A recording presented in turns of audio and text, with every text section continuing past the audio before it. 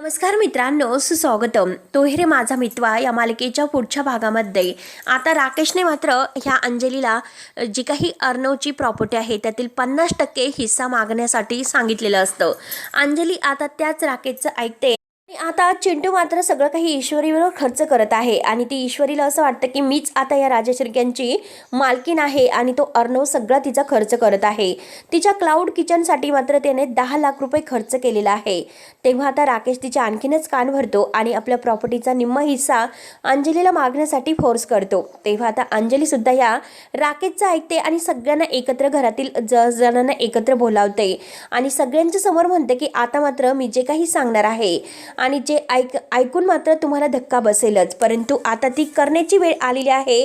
कारण परिस्थितीच तशी आहे की कारण सगळं हाताच्या बाहेर चाललेले आहे. त्यामुळे मला मात्र माझ्या या अर्णव राजशिर्के म्हणजे माझा भाऊ चिंटू याच्या अगदी हिस्स्यातील अर्धी प्रॉपर्टी मला हवी आहे, कारण मी अर्ध्या प्रॉपर्टीची मालकीन आहे. तेव्हा आता हे सर्व ऐकल्यानंतर आता अर्णव अगदी मनमोकळेपणाने प्रॉपर्टी द्यायला तयार असतो. परंतु आता राकेशच्या घशामध्ये ही सगळी प्रॉपर्टी जाणार आहे त्याला माहिती असतं. म्हणून मात्र आता राकेश आणि आता म्हणजे राकेशला आणि अंजलीला अर्णव आणि ईश्वरी आता मिळून काय तोंड देणार हे बघण्यासाठी आपल्या चॅनलला नक्की सबस्क्राईब करत रहा. धन्यवाद.